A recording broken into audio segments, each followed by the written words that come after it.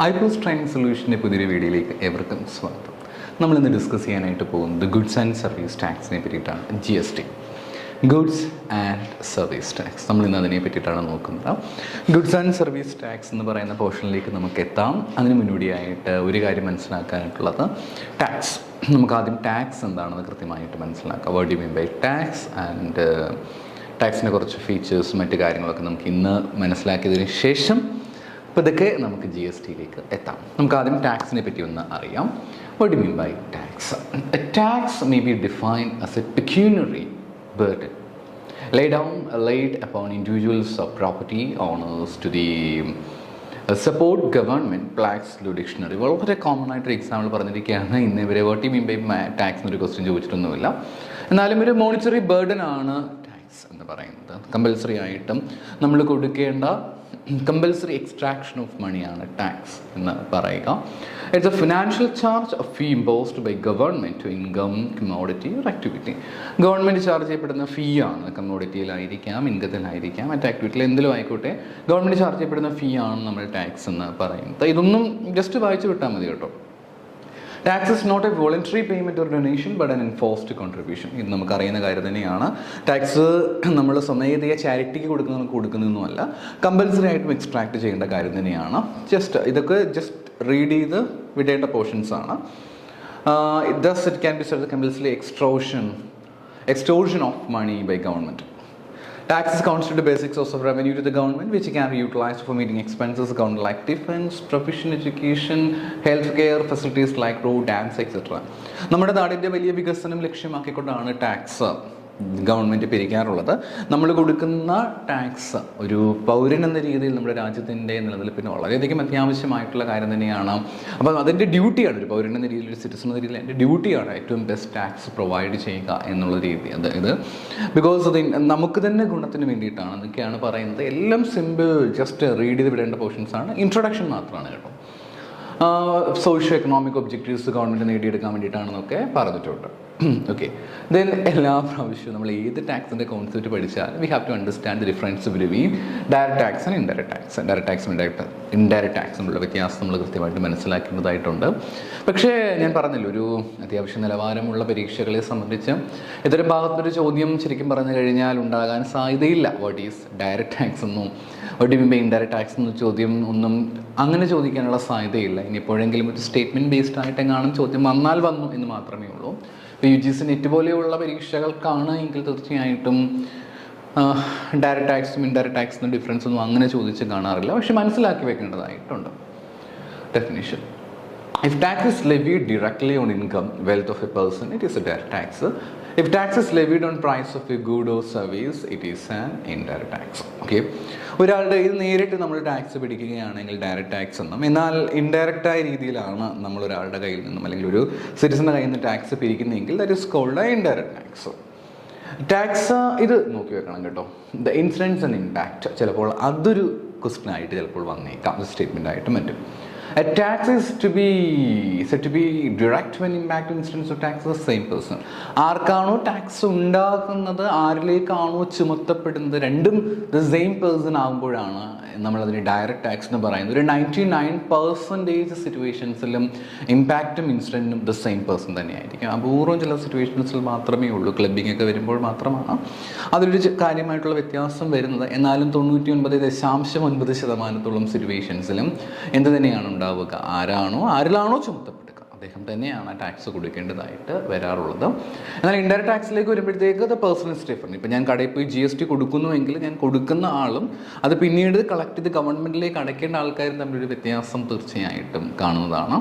So ആ രീതി നോക്കുമ്പോഴത്തേക്ക് ഇമ്പാക്റ്റും ഇൻസിഡൻസും രണ്ട് വ്യക്തികളായിട്ട് മാറുന്ന ഒന്നാണ് ഇൻഡയറക്റ്റ് ടാക്സ് എന്ന് പറയുക. ലെവി ചെയ്യപ്പെടുന്നത് income or wealth of a person, the price of goods or services. ഒരാളുടെ പുറത്താണ്, ഒരു വ്യക്തിയുടെ പുറത്താണ് ഈ പറഞ്ഞിരിക്കുന്ന ടാക്സ് ലെവി ചെയ്യപ്പെടുന്നത്.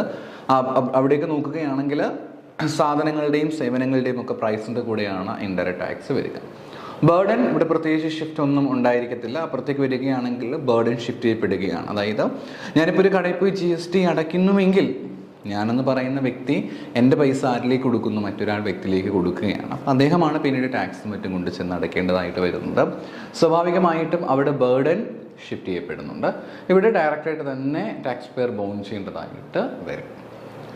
സോ ഈ ഒരു ഡിഫറൻസ് ആണ്. ഇനിയും കുറച്ച് ഡിഫറൻസ് കൂടിയുണ്ട്.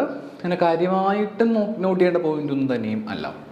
പിന്നെ ടൈം ഓഫ് കളക്ഷനെ പറ്റി പറയുകയാണെങ്കിൽ ഇറ്റ് ഇസ് കളക്ട് ഇയർലി ബേസിസിലായിരിക്കും ഡയറക്റ്റ് ടാക്സ്, എസ്പെഷ്യലി ഇൻകം ടാക്സിൻ്റെ കാര്യങ്ങളൊക്കെ നിങ്ങൾ എക്സാമ്പിൾ ഓർത്ത് വെച്ചാൽ മതി.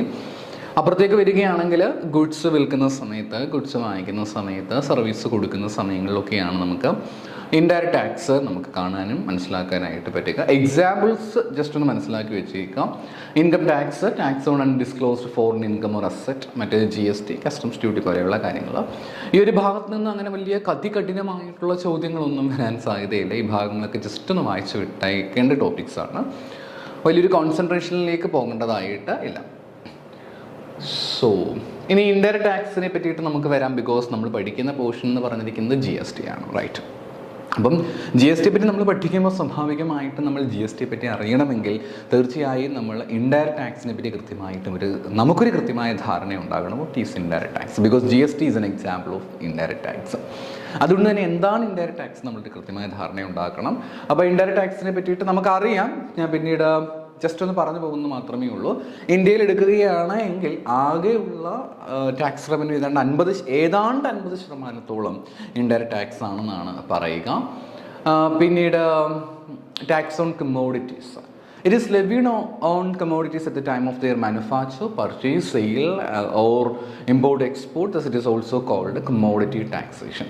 ഒരു സാധനങ്ങളുടെ പുറത്താണ്, ഇതൊക്കെ നമുക്ക് അറിയുന്ന പോയിന്റ് തന്നെയാണ്, ഒരു സാധനങ്ങളുടെ പുറത്താണ് അല്ലെങ്കിൽ ഒരു സേവനത്തിൻ്റെ പുറത്താണ് എന്ത് ചാർജ് ചെയ്യപ്പെടുന്നത്? ഇൻഡയറക്റ്റ് ടാക്സ് ചാർജ് ചെയ്യപ്പെടുന്നത്. സാധനങ്ങളുടെയോ സേവനങ്ങളുടെയോ പുറത്താണ് ഇൻഡയറക്റ്റ് ടാക്സ് ചാർജ് ചെയ്യപ്പെടുന്നത്. അതുകൊണ്ട് തന്നെ ഒരു കമ്മോഡിറ്റിയുടെ അടിസ്ഥാനത്തിലായിരിക്കും ടാക്സ് ചാർജ് ചെയ്യപ്പെടുന്നത്. കൊണ്ട് തന്നെ നമ്മളിതിനെ കമ്മോഡിറ്റി ടാക്സേഷൻ എന്ന് പറയുന്നുണ്ട്. അത് വിൽക്കുന്ന സമയത്തായിരിക്കാം, വാങ്ങിക്കുന്ന സമയത്തായിരിക്കാം, എക്സ്പോർട്ട് ചെയ്യുന്ന സമയങ്ങളിലായിരിക്കാം, ഇമ്പോർട്ട് ചെയ്യുന്ന സാഹചര്യങ്ങളിലായിരിക്കാം, എങ്ങനെ വേണമെങ്കിലും ആയിക്കൊള്ളട്ടെ. സാധനങ്ങൾ നമ്മൾ ആ രീതിയിൽ നമ്മൾ ചെയ്യുമ്പോഴത്തേക്കാണ് നമ്മൾ അതിനെ എന്ത് പേരിൽ അറിയപ്പെടുന്നത്? ടാക്സ് ഓൺ കമ്മോഡിറ്റീസ് എന്ന പേരിൽ നമ്മൾ അറിയപ്പെടുന്നത്. It is also levied on provision of services. It is also levied on provision. ഞാൻ പറഞ്ഞല്ലോ, കമ്മോഡിറ്റീസ് ആകാം, സർവീസുകളുടെ പുറത്താകാം, ഏത് വേണമെങ്കിലും ആകാം. Shifting of burden. The GST paid by the supplier of the goods is recovered from the buyer, including the tax and the cost of the commodity. For example, ഇപ്പോൾ ഒരു production നടത്തുന്നതുമായിട്ട് ബന്ധപ്പെട്ട് ഒരാളുടെ പുറത്ത് നമ്മൾ അല്ലെങ്കിൽ ഒരു സപ്ലൈയുടെ പുറത്ത് നമ്മൾ ടാക്സ് ചാർജ് ചെയ്യപ്പെടുകയാണെങ്കിൽ സ്വാഭാവികമായിട്ടും അതിൻ്റെ ഒരു റിഫ്ലക്ഷൻ നമുക്ക് എവിടെ കാണാനായിട്ട് കഴിയും? നമുക്ക് ടാക്സിൽ, ആ ഗുഡ്സിൻ്റെ പ്രൈസിൽ നമുക്ക് കാണാനായിട്ട് പറ്റും.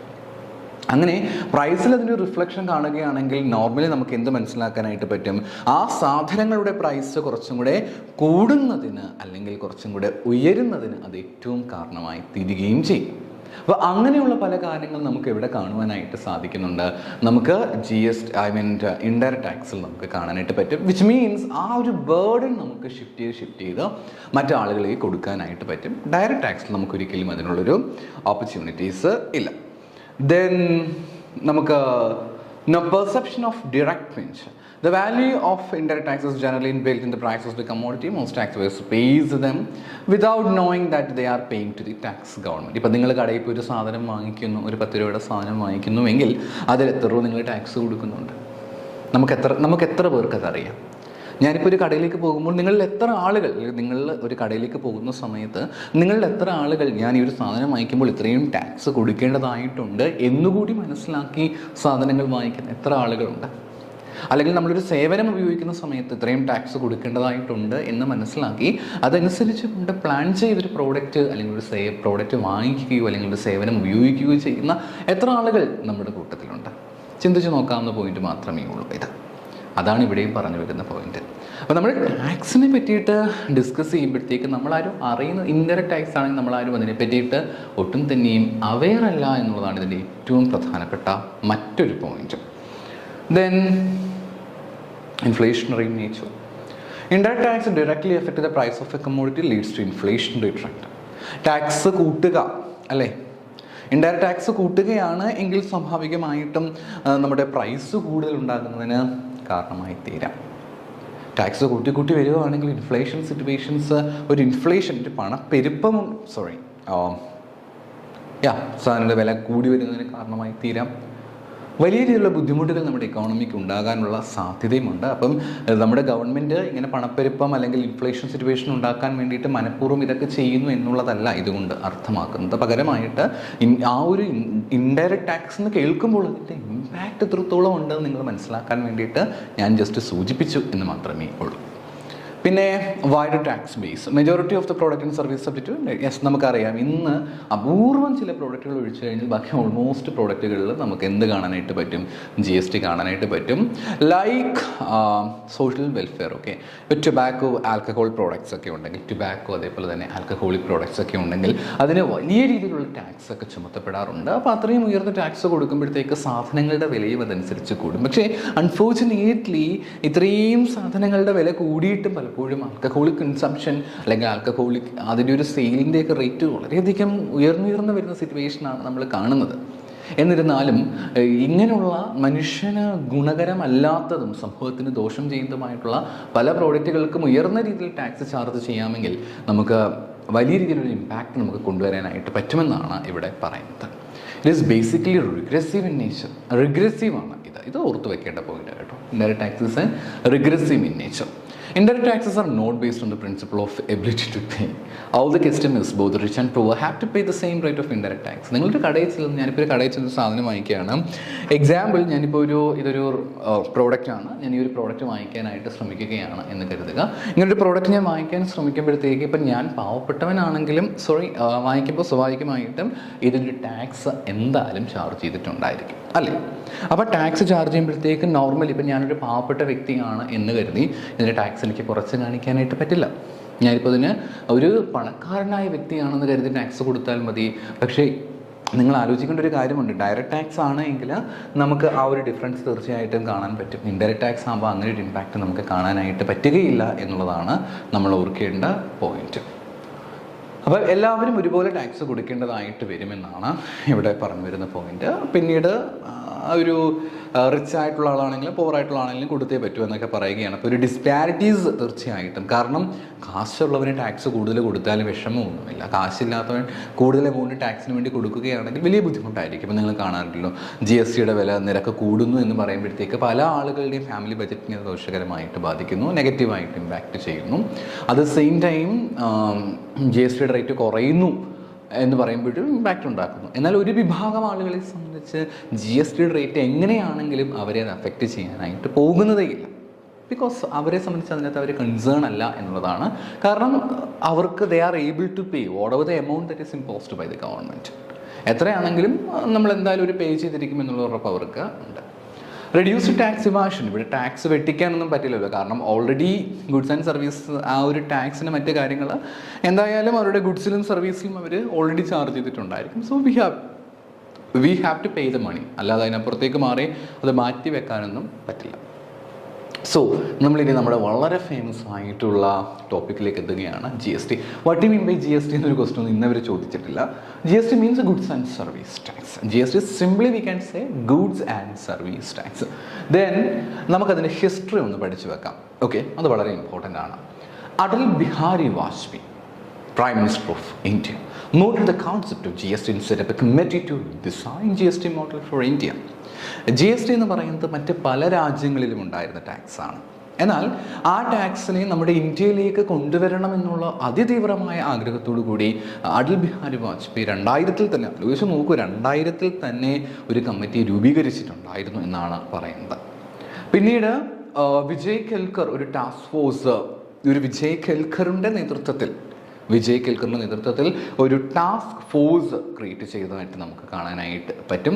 2003 അതുണ്ടായിരുന്നത്. 2004 ആയപ്പോഴത്തേക്കും അത് idea fully integrated national GST was moved by the Kelkar task force based on the VAT. Task force headed by Vijay Kelkar was adviser of the finance ministry. ആ സമയത്ത് നമ്മുടെ ഫിനാൻസ് മിനിസ്ട്രിയുടെ അഡ്വൈസർ ആയിട്ടുണ്ടായിരുന്ന വ്യക്തിയായിരുന്ന വിജയ് കെൽക്കർ ഇതിനെപ്പറ്റി കൃത്യമായിട്ട് പഠിക്കുകയും ഒരു ഇൻറ്റഗ്രേറ്റഡ് നാഷണൽ GST എന്നൊരു കോൺസെപ്റ്റ് 2004 കൂടി അദ്ദേഹം കൊണ്ടുവരികയും ചെയ്തു.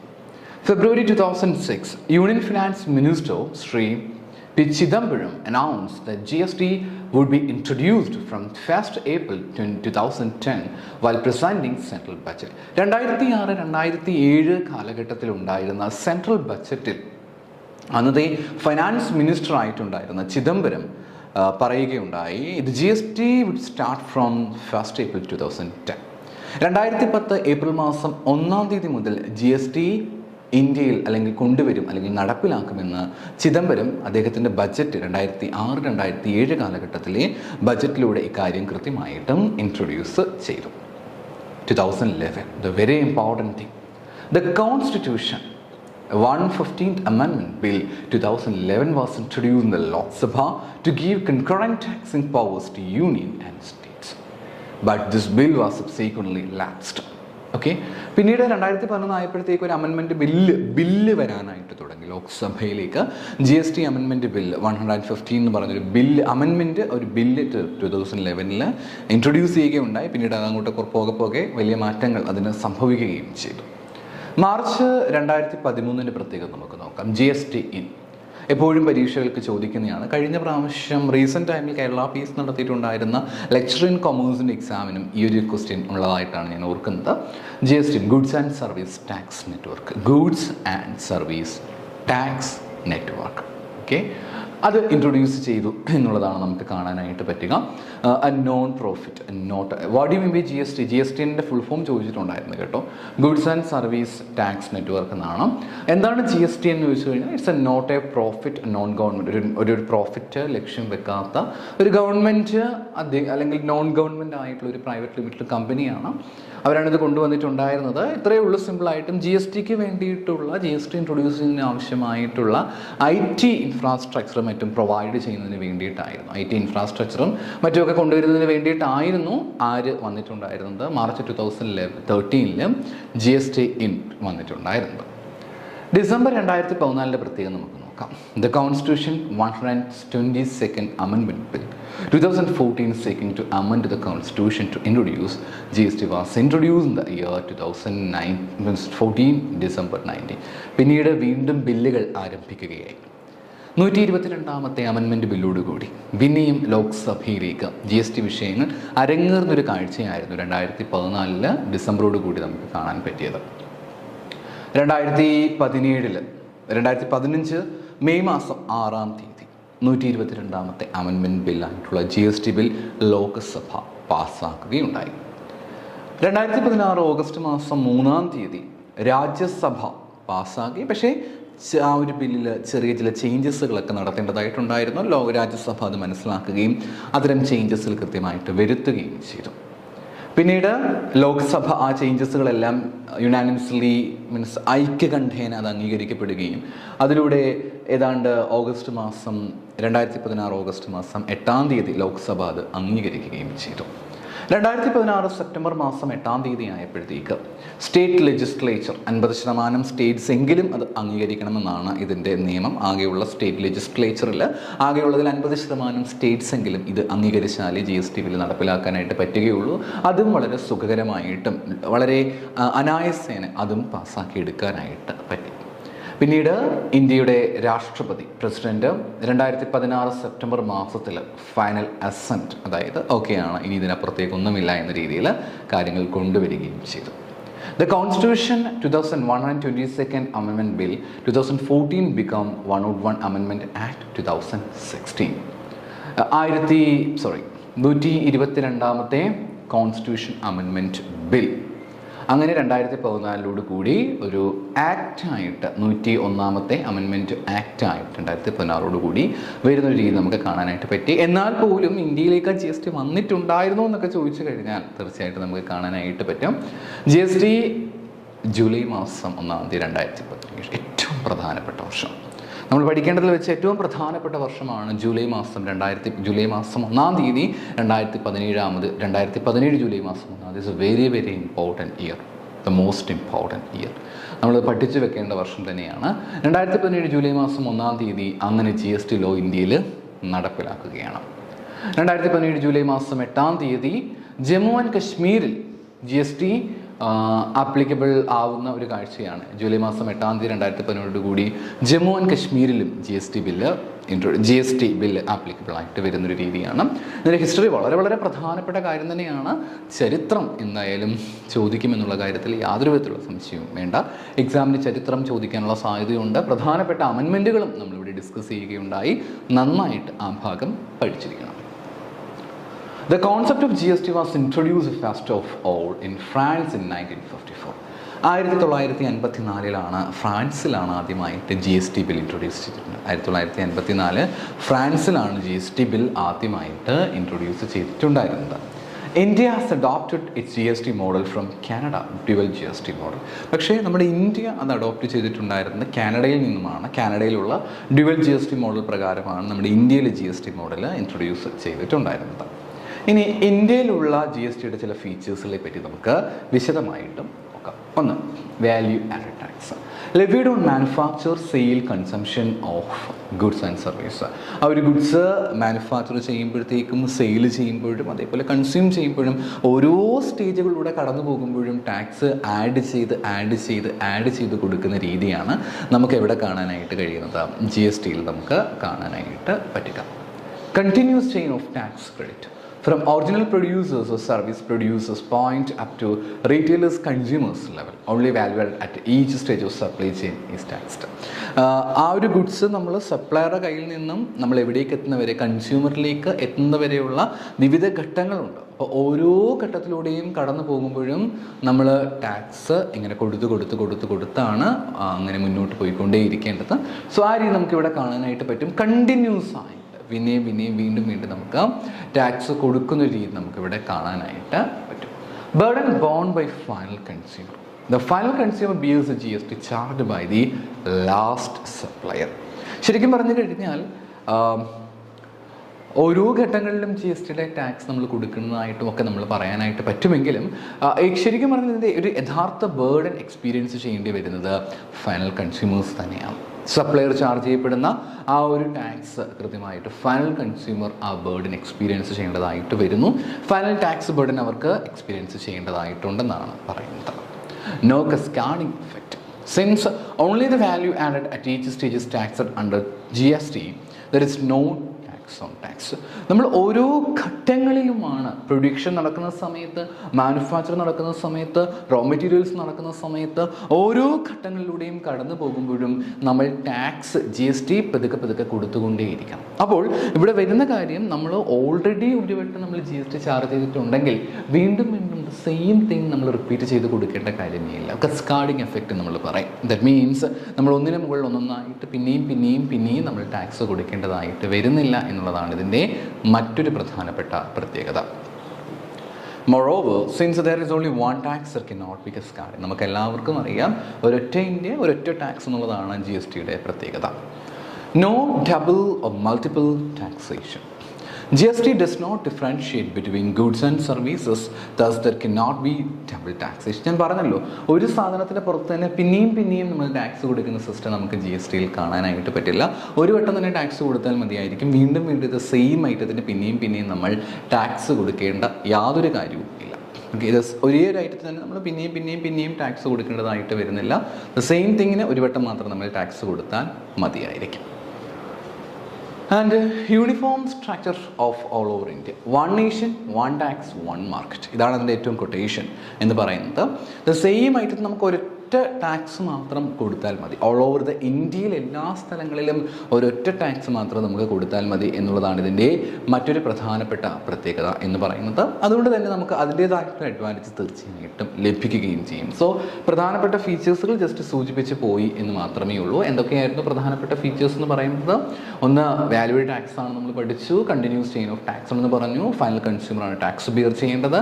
കസ്കാഡിംഗ് എഫക്റ്റ് ഇല്ല എന്ന് നമ്മൾ പഠിക്കുകയുണ്ടായി. ഡബിൾ ടാക്സേഷൻ ഉണ്ടോ എന്ന് ചോദിച്ചാൽ ഡബിൾ ടാക്സേഷനും ഇല്ല. ഒരു യൂണിഫോം ടാക്സ് സ്ട്രക്ചറാണ് ഓൾ ഓവർ ദ ഇന്ത്യയിൽ ഉള്ളത്. ഇനി GST ഇന്ത്യയിൽ കൊണ്ടുവരേണ്ട ആവശ്യകതയെ പറ്റിയിട്ടാണ് നമ്മൾ പഠിക്കാനായിട്ട് പോകുന്നത്. എന്തിനാണ് നമ്മൾ GST ഇന്ത്യയിൽ കൊണ്ടുവരുന്നത്? Deficiencies in the earlier system. Double taxation of a transaction as both the goods and services. മുൻപ് പലപ്പോഴും എസ്പെഷ്യലി ഹോട്ടൽ ബിസിനസ്സുകൾ, സോഫ്റ്റ്വെയർ ഒക്കെ നമ്മൾ നോക്കുകയാണെങ്കിൽ ഒരേ സാധനങ്ങൾക്കും ഒരേ സേവനങ്ങൾക്കും ഒന്നിനു മുകളിൽ ഒന്നായി പിന്നെയും ടാക്സ് കൊടുക്കേണ്ടതായിട്ട് വരുന്ന സിസ്റ്റം നമ്മുടെ ഇന്ത്യയിൽ നിലനിന്നിട്ടുണ്ടായിരുന്നു. അത് തീർച്ചയായിട്ടും ഒരുപാട് ബുദ്ധിമുട്ടുകൾ ഉണ്ടാക്കിയിരുന്നു. പിന്നെ കസ്കാഡിങ് ടാക്സസ് ഉണ്ട്, അതായത് നോൺ വാറ്റബിൾ ആയിട്ടുള്ളതും അതേപോലെ വാറ്റ് ചാർജ് ചെയ്യപ്പെടുന്ന വാല്യൂ പ്ലസ് എക്സൈസ് ഡ്യൂട്ടി പോലെയുള്ള പലതരത്തിലുള്ള കാര്യങ്ങൾ ചേർത്തുകൊണ്ട് ഒന്നിനു മുകളിൽ ഒന്നായിട്ട് നമ്മൾ ടാക്സ് പിന്നെയും ചാർജ് ചെയ്യുന്നൊരു രീതി നമുക്ക് ഇന്ത്യയിൽ കാണാനായിട്ട് പറ്റുമായിരുന്നു. Set off of SENVAT and State VAT against the credit of one another was not possible as SENVAT was centrally levy and state level tax was state levy. പിന്നീട് ഉണ്ടായിരുന്ന മറ്റൊരു പ്രധാനപ്പെട്ട പ്രശ്നമായിരുന്നു സെൻവാറ്റും അതേപോലെ തന്നെ സ്റ്റേറ്റ് രണ്ടുപേരും വ്യത്യസ്തമായ രീതിയിൽ വാല്യൂ ടാക്സ് ചാർജ് ചെയ്യുമ്പോഴത്തേക്ക് അതുമൂലം ഉണ്ടാകുന്നൊരു കസ്കാഡിങ് എഫക്റ്റ്, അതുമൂലം ടാക്സ് ബേർഡൻ കൂടുന്നു എന്നൊരു സിറ്റുവേഷനൊക്കെ നമ്മുടെ ഇന്ത്യയിൽ പൊതുവായിട്ട് ഉണ്ടായിരുന്നു. Several local taxes in the state were not subsumed in the state VAT. ഇനി ഇത് കൂടാതെ ഓരോ സ്റ്റേറ്റിലേക്ക് നമ്മൾ പോവുകയാണെങ്കിലും അവിടെ നമുക്ക് ഒന്നിൽ കൂടുതൽ പലതരത്തിലെ ടാക്സുകൾ ചാർജ് ചെയ്യപ്പെടുകയാണ് ചെയ്യുന്നത്. Like luxury tax, entertainment tax പോലെയുള്ള പല കാര്യങ്ങൾ ശരിക്കും പറഞ്ഞാൽ സ്റ്റേറ്റ് വാറ്റിൽ നമ്മൾ ചാർജ് ചെയ്യപ്പെടാത്ത, സബ്സ്യൂം ചെയ്യപ്പെടാത്ത പല കാര്യങ്ങളും നമുക്കവിടെ കാണാനായിട്ട് പറ്റും. അപ്പോൾ ഒന്നിനു മുകളിൽ ഒന്നൊന്നായിട്ട് ഇങ്ങനെ ടാക്സുകൾ കൊടുത്തുകൊണ്ടേ ഇരിക്കുമ്പോഴത്തേക്ക് അതിൻ്റേതായിട്ടുള്ള ബുദ്ധിമുട്ടുകളും അവിടെ തീർച്ചയായിട്ടും ഉണ്ടായിരുന്നു. ഇനി മറ്റൊരു point, non integration of VAT and service tax. വാറ്റും സർവീസ് ടാക്സും തമ്മിലുള്ളൊരു നോൺ ഇൻറ്റഗ്രേഷൻ മറ്റൊരു പ്രധാനപ്പെട്ട പ്രശ്നം തന്നെയാണ്. സർവീസ് ടാക്സും വാറ്റും തമ്മിലൊരു ഇൻറ്റഗ്രേഷൻ ഉണ്ടെങ്കിലേ കാര്യങ്ങൾ കുറച്ച് സ്മൂത്തായിട്ട് പോവുകയുള്ളൂ. പക്ഷേ പലപ്പോഴും ഇവർ തമ്മിലൊരു നോൺ ഇൻറ്റഗ്രേഷൻ ഉണ്ടായി എന്നുള്ളത് മറ്റൊരു പ്രധാനപ്പെട്ട വീഴ്ചയായിട്ട് നമുക്ക് കാണാൻ പറ്റും. VAT on goods was not integrated with the tax on services at state level to remove the cascading effect on service tax. ശരിക്കും പറഞ്ഞു കഴിഞ്ഞാൽ ഗുഡ്സിൻ്റെ ആണെങ്കിലും സർവീസിനാണെങ്കിലും എല്ലാ മേഖലയിലും ഒരു കസ്കാഡിങ് എഫക്റ്റ്, ഇത് എല്ലാത്തിനും പറയുന്ന സെയിം കോൺസെപ്റ്റ് തന്നെയാണ്. കസ്കാഡിങ് എഫക്റ്റ് ഉണ്ടാവുക, ഒരു ഇൻറ്റഗ്രേഷൻസ് ഇല്ലാതെ പോവുക. ഗുഡ്സിന് ടാക്സ് കൊടുക്കുമ്പോഴും സർവീസിന് ടാക്സ് കൊടുക്കുമ്പോഴും ഒക്കെ ഒരു ഇൻറ്റഗ്രേഷൻ ഇല്ല. ചിലപ്പോൾ ഇത് സെയിം പേഴ്സൺ തന്നെ ഒന്നിൽ കൂടുതൽ തവണ ടാക്സ് കൊടുക്കേണ്ടതായിട്ട് വരുന്നു. Especially in the case of services പലപ്പോഴും ടാക്സുകൾ എക്സ്ട്രാ പേ ചെയ്യേണ്ടതായിട്ട് വരുന്നൊരു സിറ്റുവേഷനും ഉണ്ടായിരുന്നു. When goods were manufactured and sold, both excise duty and state level VAT were levied. ഇനി ചില ഐറ്റംസ് ഒക്കെ നമ്മൾ നോക്കുന്ന സമയത്ത് ഇന്ത്യയിൽ തന്നെ ഉണ്ടായിരുന്ന വലിയൊരു പ്രശ്നം തന്നെയായിരുന്നു. ചില കാര്യങ്ങളിൽ നമ്മൾ ഗുഡ്സും മറ്റുമൊക്കെ മാനുഫാക്ചർ ചെയ്യുമ്പോഴും സോൾഡ് ചെയ്യുന്ന സമയത്തുണ്ടായ മറ്റൊരു പ്രധാനപ്പെട്ട വിഷയം എന്ന് പറഞ്ഞിരിക്കുന്നത് ഈ സെൻവാറ്റും സ്റ്റേറ്റ് ലെവൽ വാറ്റും രണ്ടെണ്ണവും ലെവി ചെയ്യപ്പെടുന്ന കാര്യം. സെൻവാറ്റും ലെവി ചെയ്യപ്പെടുകയാണ്, അതേപോലെ തന്നെ സ്റ്റേറ്റ് ലെവലിലെ വാറ്റും ലെവി ചെയ്യപ്പെടുകയാണ്. അപ്പോൾ അങ്ങനെ വരുമ്പോഴത്തേക്ക് അതുമൂലം ഉണ്ടാകുന്ന പ്രശ്നങ്ങളും നമുക്ക് തള്ളിക്കളയാനായിട്ട് പറ്റില്ല. ഒരേ ഐറ്റത്തിന് രണ്ട് സ്ഥലങ്ങളിലും പ്രത്യേകം ടാക്സ് കൊടുക്കേണ്ടി വരുന്ന അവസ്ഥ. No CENVAT after manufacturing stage. Manufacturing സ്റ്റേറ്റിന് ശേഷം പ്രത്യേകിച്ചൊരു സെൻവാറ്റ് ഇല്ല. ശരിക്കും പറഞ്ഞാൽ വാല്യൂ ആഡഡ് ആയിട്ട് വേണം ഓരോ ഐറ്റംസ് വരാനായിട്ട്. പക്ഷേ അങ്ങനെ രീതിയിലേക്ക് പോകാതിരിക്കുന്നതും ഇതിൻ്റെ മറ്റൊരു ദോഷകരമായിട്ട് നമുക്ക് കാണാനായിട്ട് പറ്റും. ഇനി ഇതിലുള്ള ബെനിഫിറ്റ്സ് നോക്കുകയാണ് എങ്കിൽ ഒന്നാമത്തെ കാര്യം പറഞ്ഞിരിക്കുന്നത് it's A creation of unified national market. നമ്മൾക്ക് ഒരൊറ്റ ടാക്സ് മാത്രമല്ലേ ഉള്ളൂ, ഒരു നേഷൻ ഒരു ടാക്സ് ഒരു മാർക്കറ്റ് എന്നാണ് പറയുന്നത്. അതുകൊണ്ട് തന്നെ ഇന്ത്യയിൽ എല്ലായിടത്തും ഒരേ തരത്തിൽ നമുക്ക് ടാക്സ് ചാർജ് ചെയ്യപ്പെടാനായിട്ട് സാധിക്കുന്നു എന്നുള്ളതാണ് ഇതിൻ്റെ ഏറ്റവും പ്രധാനപ്പെട്ട ബെനിഫിറ്റ് ആയിട്ട് പറയുന്നത്. മിറ്റിഗേഷൻ ഓഫ് കസ്കാഡിങ്, എപ്പോഴും പറയുന്ന കാര്യം തന്നെയാണ്.